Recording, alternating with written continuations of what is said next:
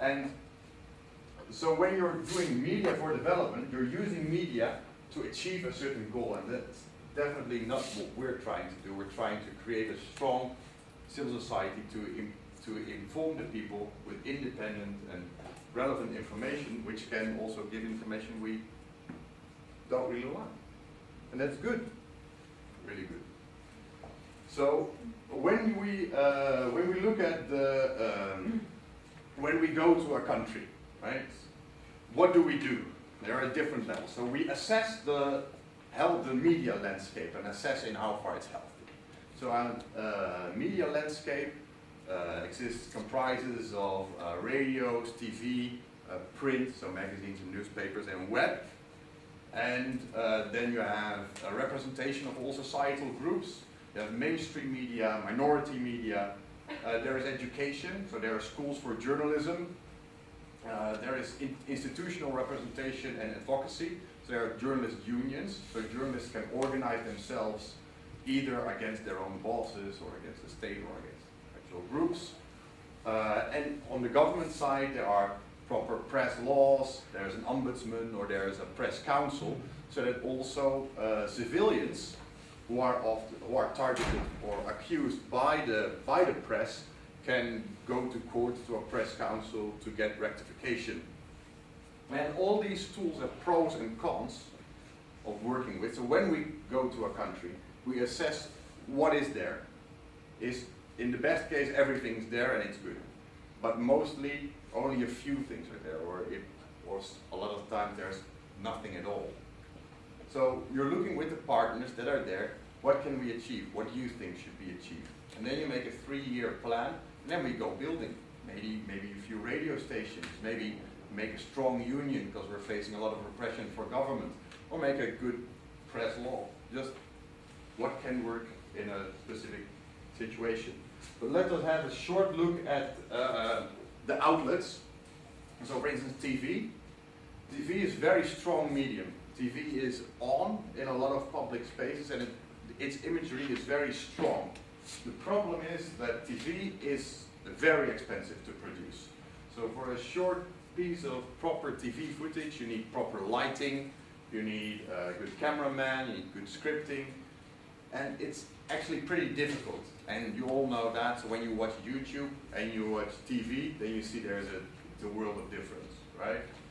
And then there's another thing, and that's the current digital switchover. So the International Organization for TV Stations said we should stop with analog broadcast and everything should go digital, resulting in huge costs.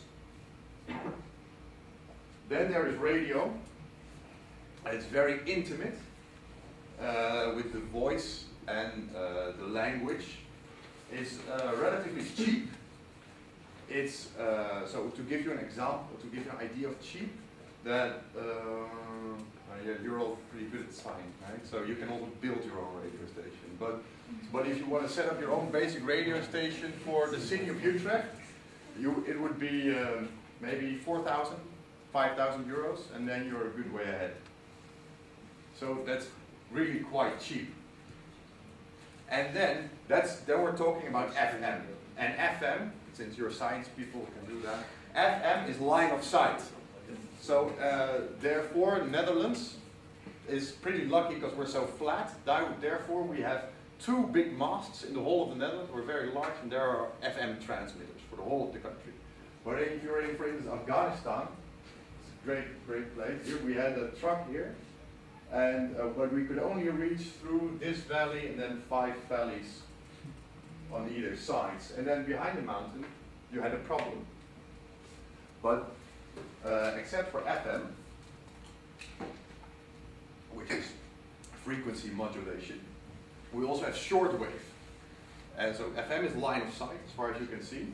But shortwave, which does something really cool, and the Dutch have been doing that from the 1920s, is you bounce a radio beam to the stratosphere, and it comes back. And then where it comes back, you hear radio. We started doing that to the West Indies. So we're doing that, for instance, in Darfur, in North Sudan. So we're producing radio programs with an underground network in Sudan, but we're producing it all here in the Netherlands, and then it's broadcast via shortwave there, and there 3 million people per day listen to the radio. So even if you have a very repressive government, you can have radio beams. And for these very repressive environments, it's very good because these governments mostly also use shortwave.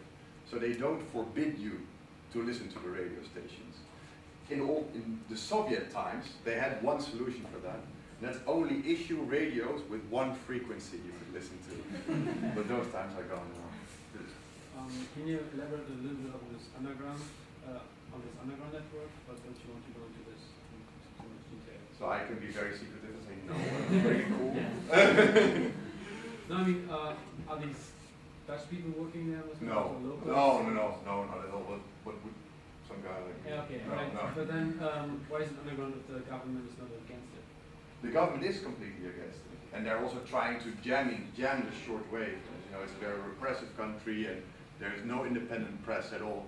So there are people who have a normal job, who sometimes do interviews, and we're getting about, to give you an idea, 100 calls per day on the radio studios. We're getting information, producing programs, going to the authorities with that. But unfortunately, there are also setbacks. For instance, 9 journalists have been captured for 9 months. Luckily, they're all free now. They fled the country, but they were severely tortured, for instance, and that cost us a part of our network. So there are definitely risks involved there. How do you try to prevent it then? Because you can leverage your whole free press idea and everyone probably likes it, but then you actually put those people in danger. Can you speak up? Oh, sorry. It's we put people in danger. I'm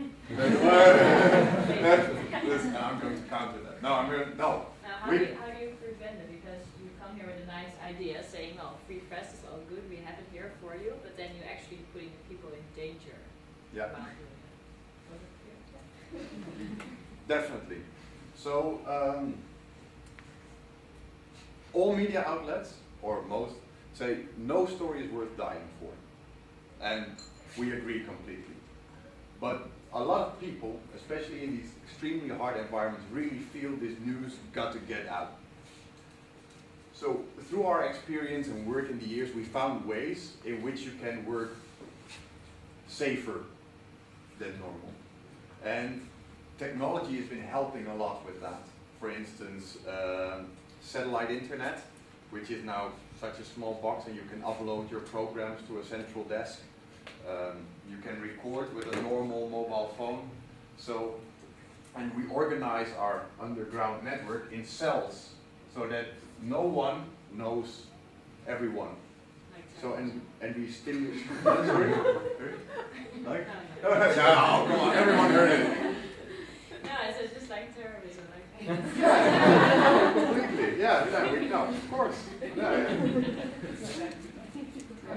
We're the terrorists of the good guys. Yeah. Since you mentioned those 9 captured journalists, do you work together with Reporters Without Borders? Yeah, so there are about 5 organizations internationally working on media development. There's RSF, Reporters Sans Frontières. There is the BBC World Service Trust. There is Internews. There is IMS in Denmark. And then there is Fondation Hirondelle in Switzerland. What's the reflex? And then there's us. So these are the organizations that make up the media development landscape. And in some countries we work together.